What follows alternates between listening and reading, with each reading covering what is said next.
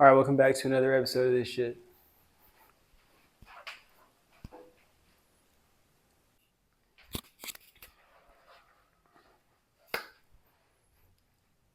My friends, my family, my tribe, my people, my fans, everybody that's out there watching this video right now, I'd like to welcome you back to another episode of Dream Chasers Insanity. It is I, the Dark Wizard, the only one, because I haven't heard another one yet. And I'd like to present you some more content. I turned quickly to the board. First, let me show you the board, and then, the usual, I'll figure out what words I'm going to say. The reason why I'm a little more excited to get into this,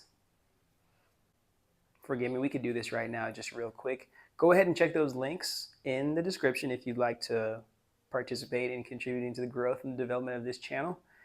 And if you aren't in the mood to participate in that way, go ahead, like, comment, subscribe, share this video, and help us through the algorithm.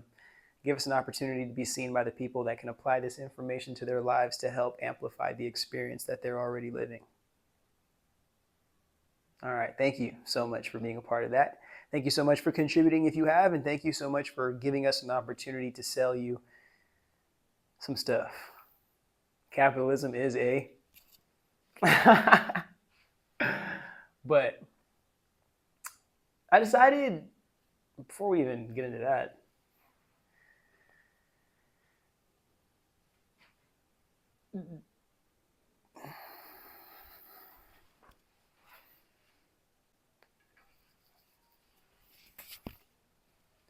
this episode is a real quick part 2 of the last episode that I just did. Not sure what I'm going to title it specifically, like on the thumbnail, but I know on the top of the page I had People Pleaser's Parable, or Story of a People Pleaser, however you want to call it. This is the back end of that. So once you've already come to the awareness that you are a people pleaser and you seek to live a life beyond the constriction of that, this is going to be a reality that most of us face. And in being able to appropriately address these circumstances, then we actually give ourselves an opportunity to not only become who we were always supposed to be in this life, but to not be sabotaged by past experiences, by trauma, by the life that we are desperately attempting to leave behind. Again, I'm offering you this advice not from a position of being more intellectual than you or more conscious or enlightened than you. I'm offering you this advice because I have failed many, many, many times in my life, and I've been rejected and beat down and pushed to the side and forgotten.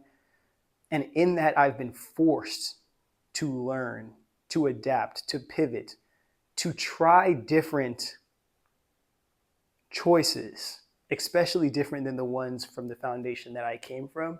And all of these conclusions and perspectives and theories come from that intention, from attempting to present some information that may be common, but a new perspective on it so we can start making real change in the lives that we live today, rather than knowing we need healing, but only feeling responsible enough to extend ourselves into trauma bonding groups who don't really get any work done. They just lock in the identity of being traumatized and validate each other's trauma without going beyond that.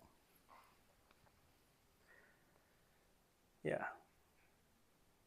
This is, and again, in a TikTok video, I said this, but like, look at me, think about me as like your brother that got kicked out of the house, but he got kicked out of the house not because he's a bad person. He got kicked out of the house because he was struggling and fighting against the parents for his independence. And they were attempting to go out of their way to make him seem like a horrible human being, rather than just attempting to listening to the help that he was asking for and contributing to a story that was going to inevitably end in success anyway. They were just going to have to decide whether or not they were going to be humble enough to help him or not. But, we're all adults now, and we all have to make decisions that are conducive to the life that we desire to live and to the person that we are. And things happen. But Fortunately, I've been able to learn, I've been able to grow, I've been able to adapt, and I continue to do so every day that I'm fortunate enough to live beyond those circumstances that I came from. So again, I know I may sound like a broken record, but if any of this helps you, please feel that you can share this with other people to continue to expand this insight into the collective consciousness and give us all an opportunity to be something better than we ever could have dreamed ourselves to be.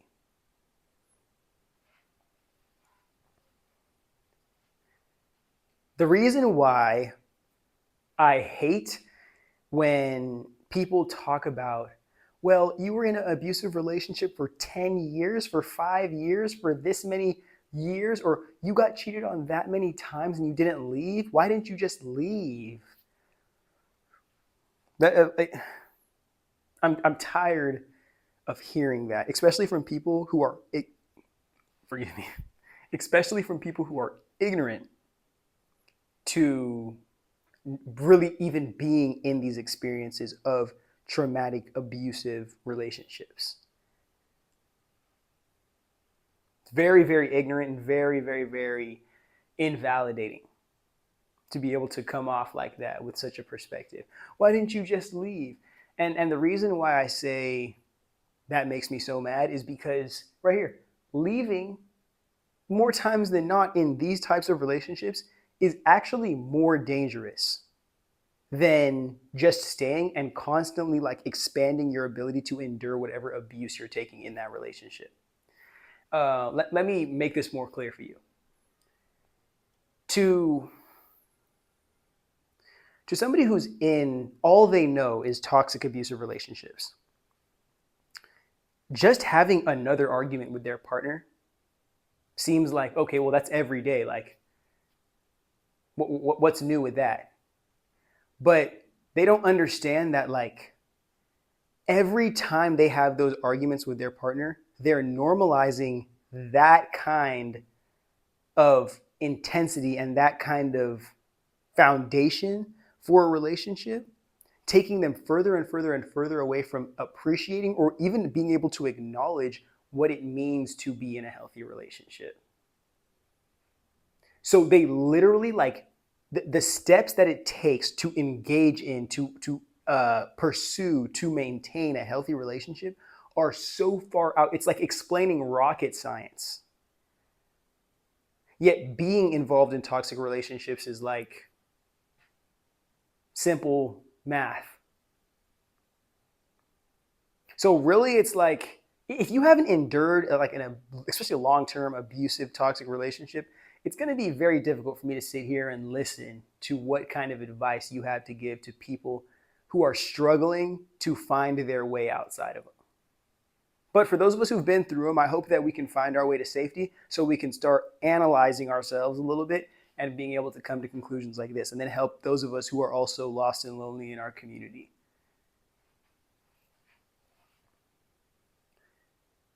The reason why leaving is more dangerous than enduring the pain, not only because of like the psychological trauma that I just described and how that just changes your psyche and your ability to know even how to respect yourself. And I say the soul here, but truly I mean the well-being of the scapegoat, the well-being of the victim in these circumstances is at the mercy of the narcissist mask and the narcissist's ability to validate their whole entire identity through whatever mask they desire to be seen through.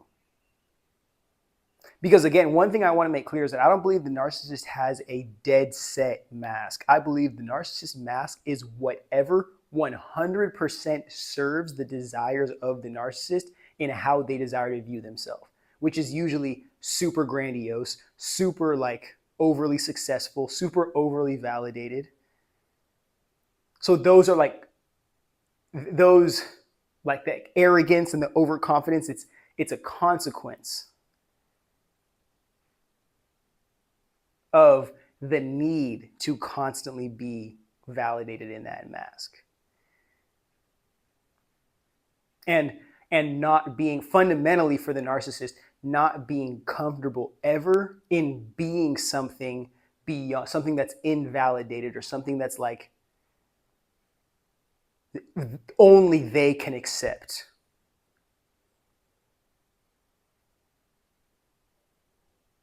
And expanding these thoughts, I can just add to the narcissist needing to enslave the people that they engage in relationship with to the mask that they wear, inherently not allowing the people that they engage in relationships with to grow beyond the narcissist, because the narcissist fundamentally is extracting their identity, or the validation that creates their identity, out of their supply. So the soul of the scapegoat, the natural growth and expansion process of the scapegoat, is at the mercy of the narcissist mask and how that soul serves the narcissist. And if that soul starts to expand into areas like freedom and self-care and independence and self-love, that's not serving the mask of the narcissist. That is leading to your independence, which is inevitably forcing the narcissist to realize that they are a parasite off of you. And all of the lies that they've told you have been projections that they have not been able to accept about their inability to be anything.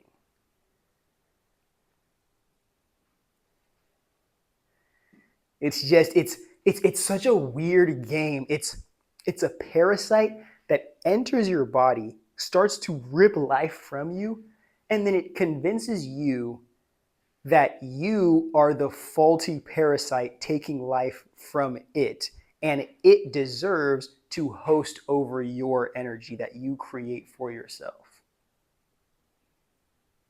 That's why I'll forever be able to say this narcissism stuff is it's spiritual level psychosis. Spiritual. It's the shadow convincing itself that it is the living being, and the living being is the shadow. That's how psychotic it is.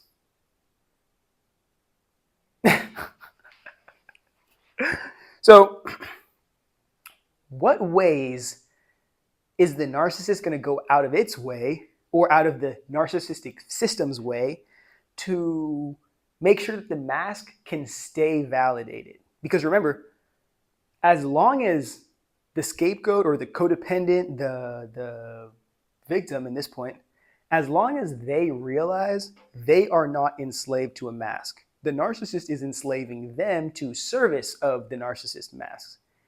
But the scapegoat, the black sheep, this person can have a life infinite masks beyond the narcissist, at the mercy of their soul, not at the mercy of the narcissist's ability to validate their self-expression.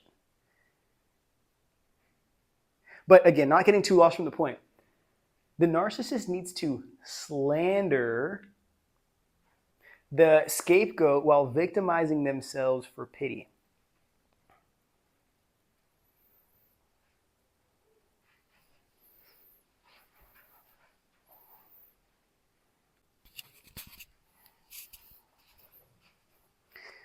The narc, in knowing this, hopefully, or I mean, not hopefully, but assuming the narcissist understands this situation right here, the goal becomes to slander and invalidate the truth of the scapegoat, at least the decision-making ability of the scapegoat while they're within the relationship, so they don't feel as if they have the right to actualize beyond the narcissist's validation. And even if they do get to a point where they feel like they can actualize beyond the validation of the narcissist, then that's when the narcissist has to say, you know what?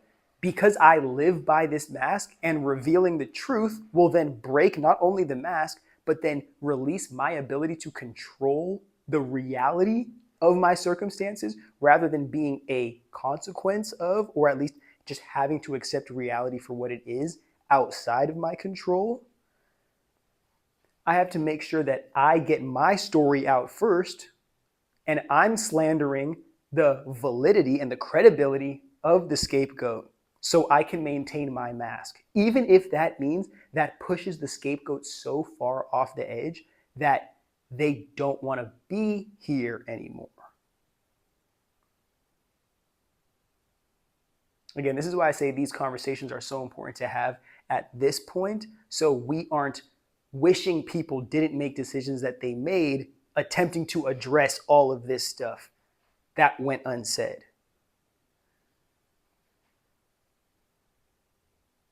And many people are not secure enough in their self-concept to genuinely know of their goodness and their greatness beyond the gaslighting of the narcissist. And even for those people who do, the narcissist doesn't only slander directly and gaslight the victim themselves, they go to the members around the person.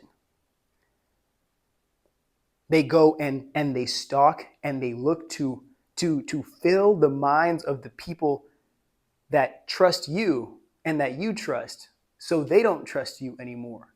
And then so as many people as possible that could influence you believe the mask of the narcissist to be the truth, so the narcissist can then move the truth in whatever direction serves their mask, rather than being humbled by the truth and being forced to actually have a human identity behind the mask that they live so intertwined with.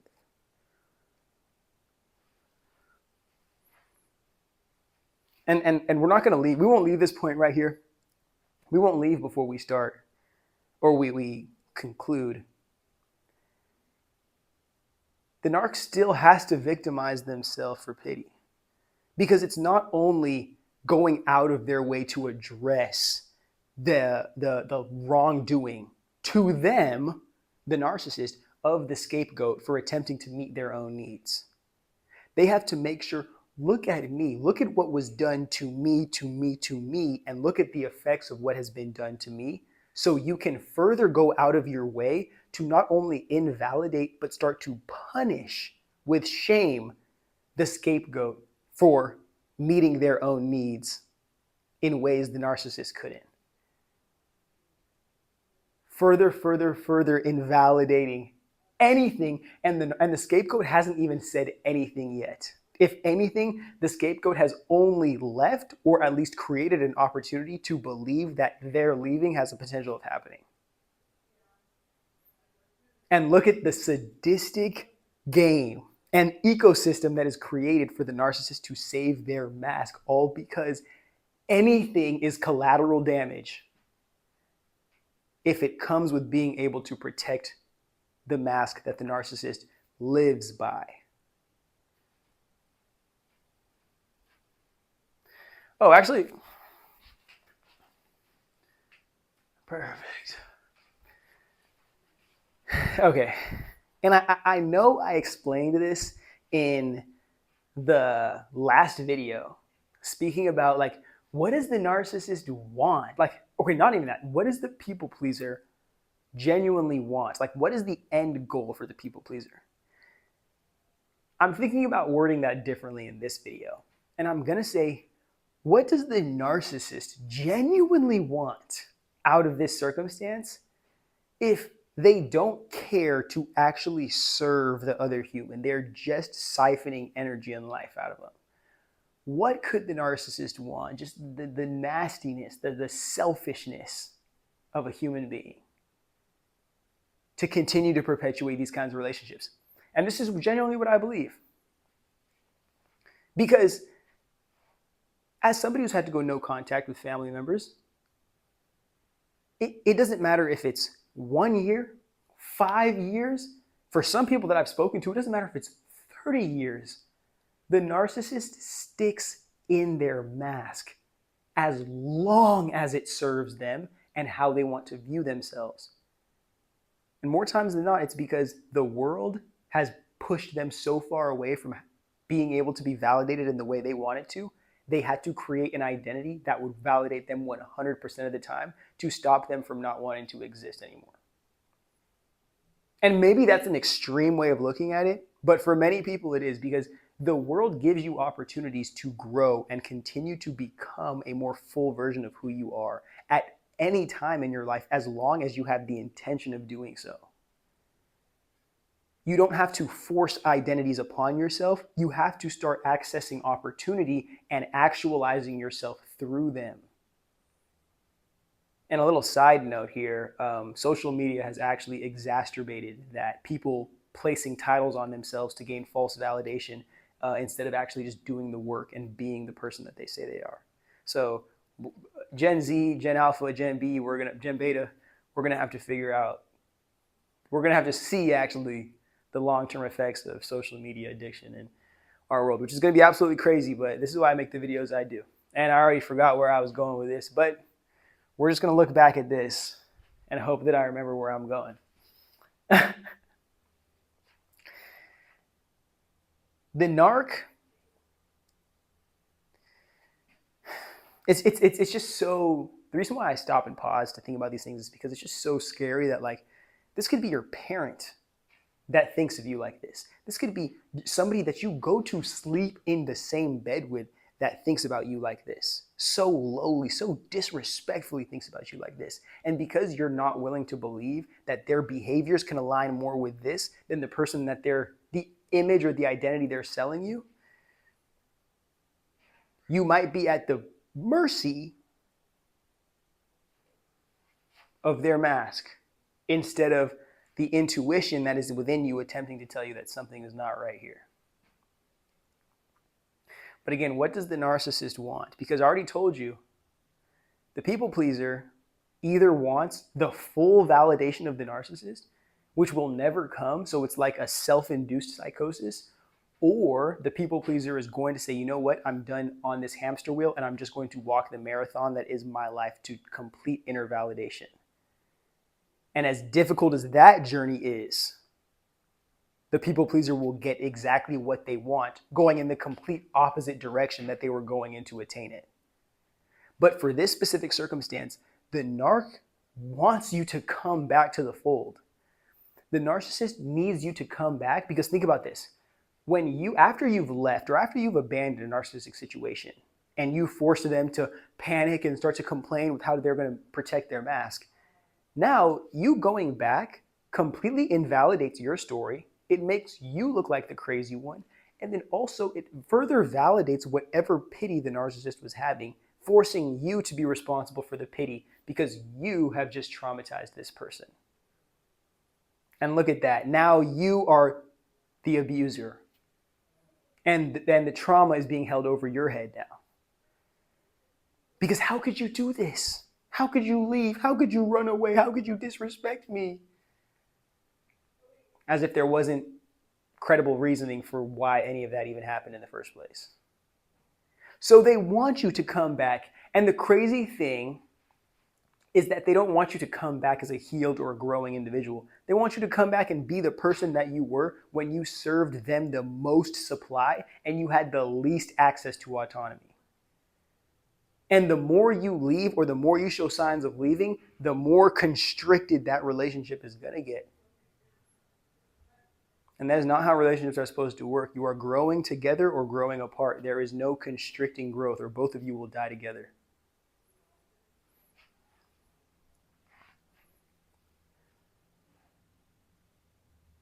This is,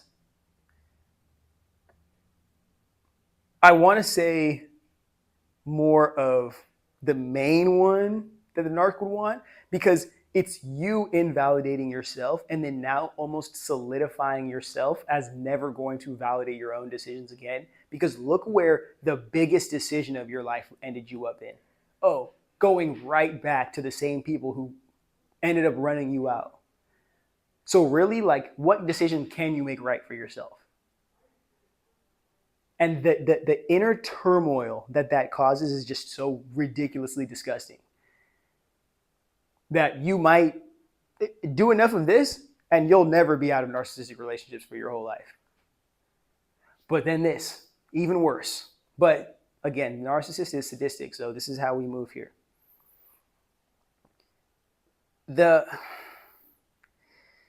Remember, we're looking at this from an analytical perspective. So have mercy as to how like inhumane this sounds, but addressing the narcissist is going to be important, because if you knew that this is what a narcissist has the potential to do to you, you wouldn't want to engage with people who are so readily comfortable in expressing such like behaviors and traits. But to get into it, if you deleted yourself, like if you decided as somebody who said, you know what, I can't get anything in this life. I can't get what I want. I can't get the validation I'm looking for. People don't believe me. I'm gaslit. I'm all the wrong things. But I know I'm right. So the only thing I feel like I can do is myself. So maybe people will understand how severe this issue was, the trauma was. People can understand how horrible it was being in here. And people will finally want to hold parents, relationship, partner, friend accountable for being such a POS. Forgive me, I got the dinosaur hands. So you delete yourself.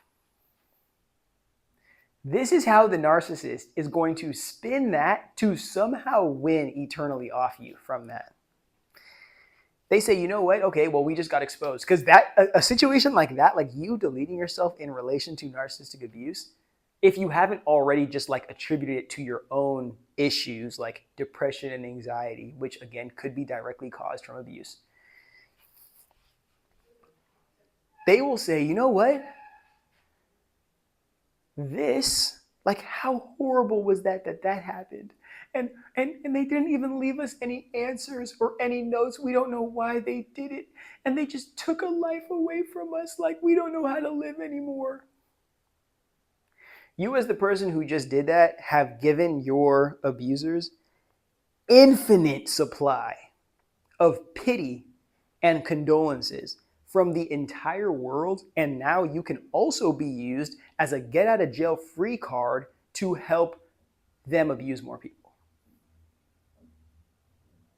And this is all on the back end of you deleting yourself, thinking that that was going to be enough to get like justice or glory. And this person is just already thinking 12 steps ahead because they knew if you did that, they'd have to figure something out to keep the mask going. This is why, like, the only, and this is me stepping out, speaking directly to you. As a people pleaser, as somebody who's a victim of narcissistic abuse and these toxic abusive relationships, the best thing you can do is separate yourself and dig into your own life. Live the fullness of the life that you came here to live.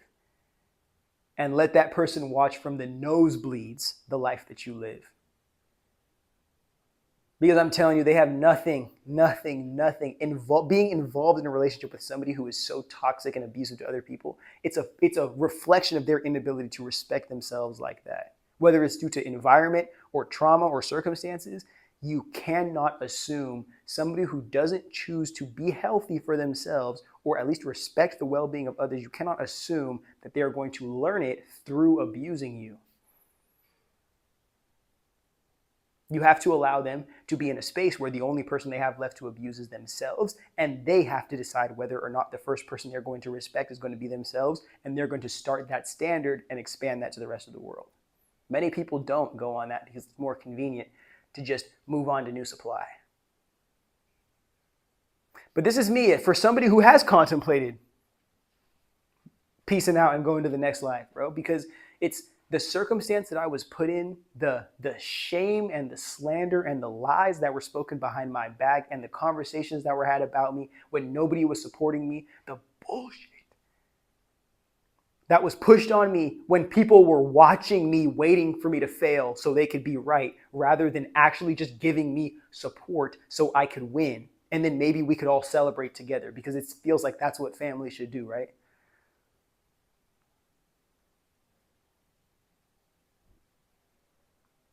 This is me just offering you advice as if these people aren't going to support you anymore. And you have to support yourself, bro. But yeah, it's what I'm starting to see is the main thing. The main thing is being able to take care of yourself. Because that's the only thing the narcissist can hold on to. When you leave them, the only thing they can hold on to is hoping that you don't think that you can take care of yourself and you can live a full life without the assistance of them. Because that forces them to face their own parasitic nature if they don't have any more supply to abuse. And as lonely as that journey is, as difficult as it is to walk on that path back to the self, especially after having abandoned the self for so long, I promise you it's worth it. Promise you. But know these things. Please know these things, so you aren't constantly in these loops and cycles of believing new illusions and falling for new lies and walking into new freaking black holes, bro, and continuing to lose yourself more and more while having the intention of giving yourself a chance, bro, to take care of yourself. And the reason why I say this is because it's just an individualistic society that we live in. Capitalism has made sure that communities only exist in the form of corporation and to make money, not to cultivate culture or consciousness or community members or collectives, nothing, bro. It's money, money, money, money. And if you're not in a community making money, bro, you on your own, bro, thinking about how you gonna make some money for the man. So of course we're going to address individualism a lot and building communities. I have some platforms that I'm coming out with this year, or revealing this year, not really coming out with, but revealing this year, that are in relation to that. So that's going to be a super dope thing. But again, not to get too far from the point and not to get too far from this video that we're making here. The scapegoat salvation, this will be the conclusion, I guess, of the analysis. And then we're going to get into just an interesting documentary I watched a couple months ago that just perfectly displays this situation. But the scapegoat salvation is themselves.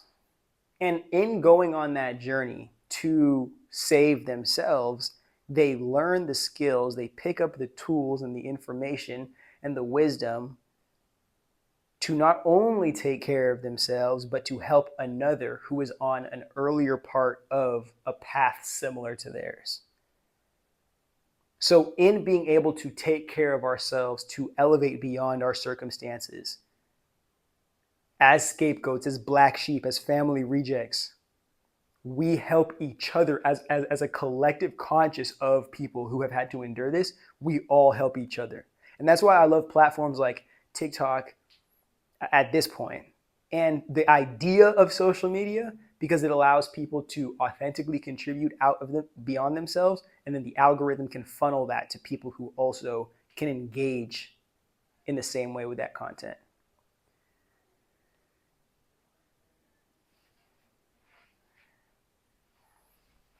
Actually, no. Okay. We're done with that. We're gonna get into this right now. Hopefully you did your homework, because I told you to watch this. Hopefully you did your homework. I told you to watch Dancing for the Devil on Netflix. If you haven't watched it, stop this video, go watch the whole thing, and then you can come back and watch this. But watch it and then come here and I'll speak to you about this.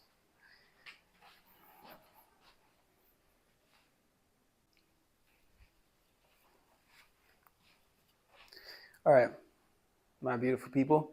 The reason why I asked you to watch this, got to get my laser pointer. The reason why I asked you to watch this is because I didn't want to spend so much time going in on like the background and the foundation of this. I just wanted you to have an awareness of the names and the identities, because I'm only going to run through this in relation to this video that we got going. But in very short, to the point analysis, what I was able to see from that was, well, the first thing I had to point out, there was no, maybe I didn't watch the whole thing, but where was the response from the actual victim, the black sheep, the scapegoat that the whole entire story was about fundamentally? You have her family in every single clip, telling every single story, giving you every single perspective that they have, telling you every single idea that they've ever thought since the daughter left.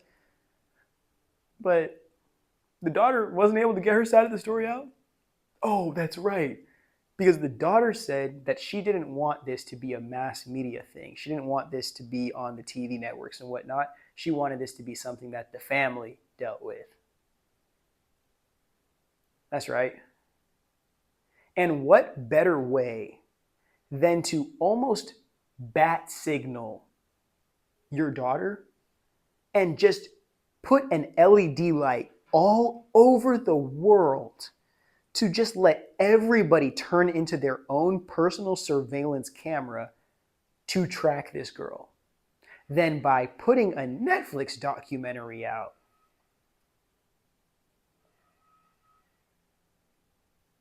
Instead of addressing the privacy that the daughter wanted to have in relation to how they were going to go about having an actual relationship as a family.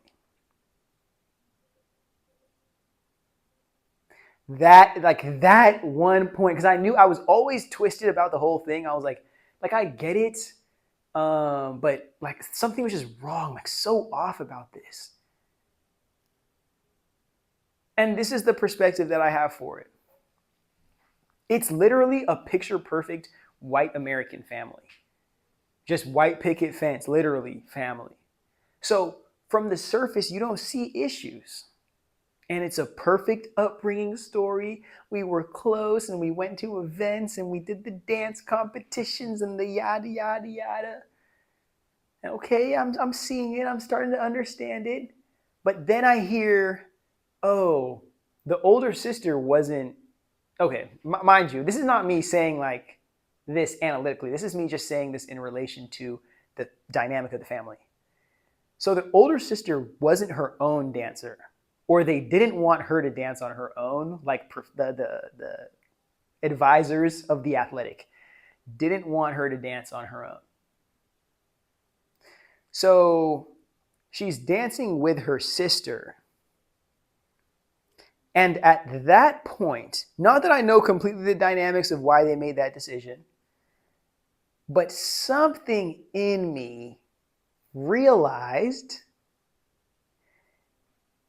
the sister, the older sister, could not get the same amount of traction and pull as an independent dancer as her sister could if her sister was an independent dancer. The only way she could get the same pull and traction as her sister is if she was bonded in identity with her sister. So that's when they created the Sisters brand. Because, hey, I hate to be the guy to say it, if both sisters ran their own personal brands side by side for 3 years, for 18 months, the sister who left would have had a bigger, more consistent following than the sister who stayed in that family. I hate to be the one to say it. But that sibling enmeshment begins enmeshing the family already, because now we don't know who's actually the good dancer, who's not the good dancer, who should be the one actually dancing, who should be the one just supporting from the sidelines, who is who. And when one sibling wants to stop dancing or wants to take her career in a different direction, can the other one cope with that? Or is the other one going to gaslight the sister who's really talented to make sure that they can stay in this bonded pair and always be successful together and never truly expose the lack of success or the lack of ability to be successful as an independent person that the sister would finally be forced with experiencing? But that's just the sibling enmeshment. Now let's look at the parental enmeshment. The amount of virality and success and validation that was coming from having the two daughters, after they've invested all their time and weekends and energy into this dance stuff, now it's being like mainstream popular attention and virality. As a parent, how do you not live or at least grow to prioritizing, especially as an American parent in this hyper fetishized sports culture that we live in? It's very difficult to not make the success, if not that, the sport, the identity of the family. But this isn't just being an athlete or being a dancer that's the identity of the family. It's being a widespread influencer, brand deal, popular. And the family's mask is now like, this is a part of it now. Being a celebrity, damn near. So the family is now even enmeshed in this dance success that, again, is all stemming, all rooted in the sister that left. Okay? It's and the reason, and I know I could be sounding a little facetious here by saying this whole analysis, but again, you have to see where I'm coming from with this. There's a point in that documentary where the big sister says that she looks up to her little sister. And I'm not saying there's anything wrong with that, but for the circumstance that was, I don't like it. I don't like it. And the inability to be her own independent dancer. I understand how much you love the brand, but like, this is you as a sister not respecting the autonomy of your sister and then wanting pity because the brand broke down. But it's not the fact that the brand broke down, because if you were a good dancer, and you could be a great dancer, but you would pivot into your own brand as well.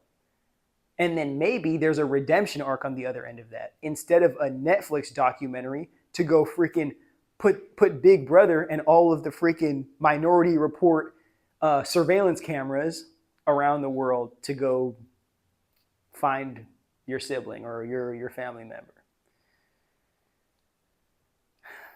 People are going to hate me for this stuff, bro. That's why. But I'm going to add it in here anyway, because I'm usually right about this stuff. It's just you hate the message, but it makes more sense to hate the messenger instead of hating the message when you can't argue against the message. That's what I've had to realize in this life. So this is the big shift right here. And I start to think that this, like the youngest daughter's potential, Blondie, her potential is what almost put the whole family into her back, attempting to like live through her now and her success. And I think that got overwhelming for her, because that now stopped her ability to actualize on her own pace, because she was at the mercy of her identity, her dancing identity, her influencer identity, her picture perfect white picket fence family identity. The reason why in the beginning of this analysis, I even said like, we never got any input from the daughter who left, is because we don't know if there was any kind of significant trauma that was endured or any kind of experience that was now being addressed that caused the separation, that could have been validated by her and never would have been even acknowledged by the family who enacted that abuse or those kind of experiences, because the family needed the whole documentary to protect their mask, even if it came at the mercy of actually having a relationship with the daughter they say they love and care about so much. Because how can you get connected with Netflix but not get connected with your daughter, bro?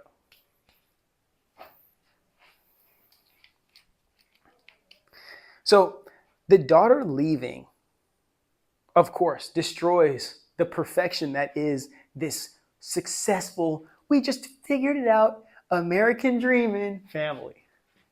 Cooks that image, bro, in real time. So with that being done, and capitalism being a real thing, how are we going to address this? Oh, Netflix says, we're running out of business because we can't create any good movies. We thought that we were Disney Channel, realized we weren't, realized that we don't invest in creatives, we don't invest in the communities, we don't invest in anybody. We make a bunch of sick, sadistic shareholders and billionaires, even richer than they already are, sell the people a bunch of garbage, and then we have to justify why a bunch of people are now tens, hundreds, millionaires. But the culture has not progressed or grown or developed at all. People just got richer. And we got a handful of TV shows and movies. So for Netflix to save face, what are they going to do? Oh, they're going to try to captivate a niche audience, the true crime white girly sympathizers. And again, this is, whenever time I say that, like, I'm not saying that to hate on white girlies or white people or any of that. This is just me addressing it because we live in a white supremacist system. So we have to acknowledge that to be existing in reality. If not, you're living in a psychosis, and I can't argue with lies and psychosis and beliefs. I can only argue with reality and facts. But that's a huge, the true crime drama Netflix has been able to pull. Netflix was able to make money selling a dramatized story of a serial when every single one of the victims' family members and relatives said no. You're telling me Netflix has ethics? No. Okay, get back to this. Netflix wants a bag. They're going out of business. You can't keep repurchasing the rights to Friends and not making any new shows that can replace the significance of Friends. Okay, this is going to turn into a whole tech rant if I continue to get on Netflix's business portfolio. So let me just get to what I'm trying to get to. Netflix offers a whole bunch more money than these people have probably ever seen in their entire lives to promote this story. And then instead of exposing this as a narcissistic family who's just lost one of their sheep, this is now a story about how horrible this ethnic cult leader is, which, again, he is a horrible person, and that is a nasty cult situation going on. But he's now the villain. The ethnic cult leader dude who is scamming people and taking money from them and stealing from their earnings, he's the villain of this story. He's the one that stole our daughter. He's the villain, not the family who had the daughter run away from them. Right. And just as much as Netflix can save face, if this documentary ended up going good, I don't know how successful it was, but true crime they love it in America. The family in exchange wants fame. And that thing that I've been describing this whole entire video. Hey, let's put this into the collective consciousness so everybody's eyes become cameras that are now surveillance cameras watching to see if they can participate in this hide and go seek game of our famous daughter who wants to be private and doesn't want to be bothered. So you can again be our support system, our flying monkeys in grabbing her and bringing her back into our fold. So then she can be herself? No. So she can go back to being who she was and make sure that she revalidates the way the parents want to view themselves as this picture perfect family. Giving them a new healing story arc to go on. Instead of ever addressing why what happened did and how this relationship needs to be renewed to be an actual relationship that progresses and grows in authenticity in the future. So just like any American family, the family wants fame. They want fame and they want their story told first because they know the daughter can say whatever she wants, but the daughter's not going to get a Netflix documentary. The daughter's not going to get on mainstream television telling her story. They're all going to invalidate her because these guys got a Netflix doc. I wouldn't be surprised if they became millionaires off that story. If not, we donated all the earnings to charity. I hate that shit. And if you can even read that, I know it's very small, I wrote that right there, but the whole point of the narcissist slandering is if you can get your story out the fastest and tell it the hardest and be the most convincing, the facts don't matter at that point. Like, people will just seem to not care about the facts. If you can confidently put out a story quicker than the truth, and the people don't have any kind of relationship to the truth, they just care to come to a conclusion, I guarantee you they'll believe anything you say.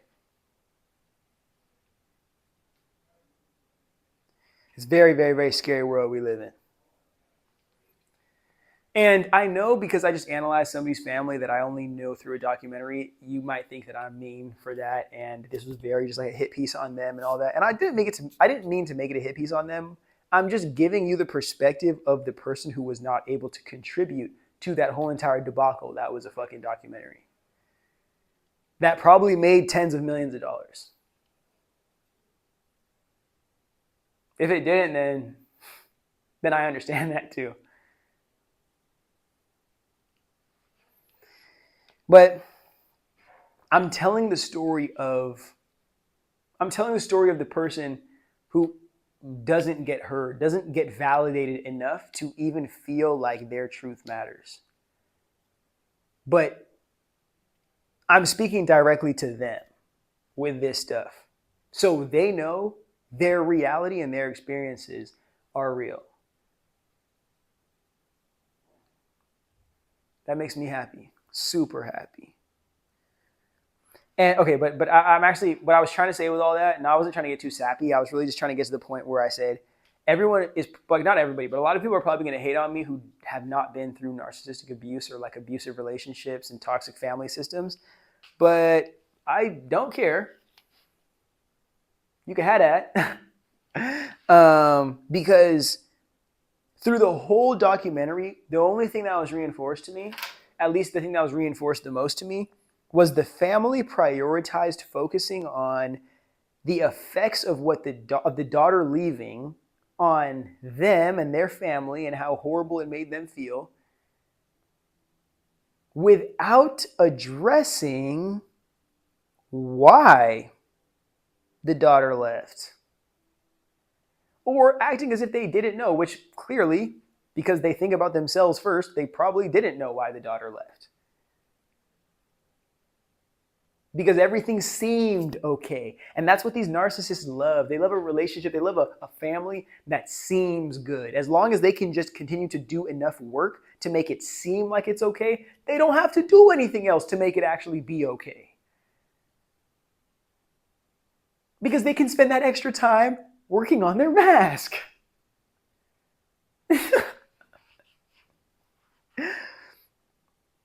and I wrote right here, prioritizing effects on them and their image over how they could have inspired their daughter to seek salvation from a comic book villain. Because I do believe the guy in that story they were talking about was a comic book villain type story, and it was sick. And I hope that he gets put up for justice and all of the associates that he works with, because there's a lot more of that going on. But like, does anybody ever want to sit here and think, like, with all the victim blaming that we have in our culture and our society, does anybody ever want to think, like, why would a healthy person in a healthy circumstance with no history of mental health issue or whatnot, why would they get up and leave that healthy circumstance to pursue one that's worse? To pursue one that understands them less, that serves them less, that doesn't want the best for them. Like, why? Why? It hasn't been revealed that the daughter was taking drugs and went into psychosis and hallucinations. Like, none of that was revealed. This was a deliberate choice by the daughter. Get me up out of here and let me get out of here and be my own person. That's where I really think was happening.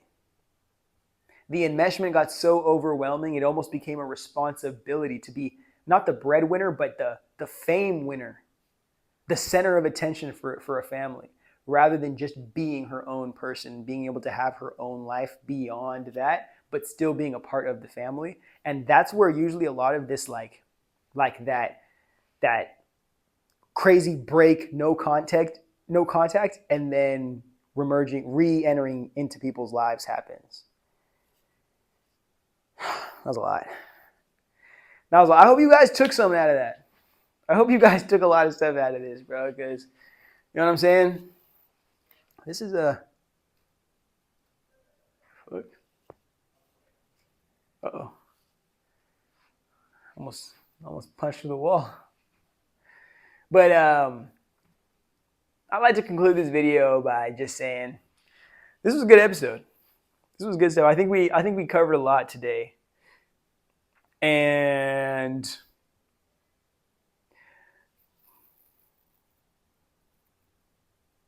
I don't know what else I want you guys to know. I think if you're staying here and watching these whole videos, then I feel like you have to be getting something out of every one of them. No matter where you are at your journey, it's just like I don't feel like I'm better than anybody. I just feel like I have a lot to offer from the decisions that I've made in the past that I've been able to walk. So hopefully it does something for you. But again, if you're that the people pleaser who's attempting to recover, if you are the codependent who's looking for independence, if you are the black sheep that's making your own way, you have to realize that it is going to be difficult first. And then in being able to conquer these little battles, whether it be just developing healthy habits, great routines, finding support system, every step you take, the more consistent, the more intentional you become, I'm telling you, life doesn't get easier, you get better. And life becomes something that's more fun to actually integrate yourself into and surrender yourself to, rather than attempting to constantly protect yourself and the crumbs that you have within, not being able to appreciate this for what it really is. My people, I love you guys. Love is the one thing that keeps me going in this life, and I feel like I feel that with you guys, this parasocial relationship that we have. This is family to me. And hopefully you get something from these videos, but not only that, hopefully you feel like the people that are a part of this family that we're creating here resonate with you on like frequency. But I could yap forever, and I don't care to. I just want to let you guys know how thankful I am that you really sit here and you watch these videos, because I'm telling you, I didn't believe in myself for so long, bro, and I didn't realize that was the only thing stopping me from finding the success that I knew was destined for me in this life. So hopefully if you don't get anything but that out of these videos, believe in yourself every day. Give yourself an opportunity to win every day. Rock on. I'll catch you guys next episode.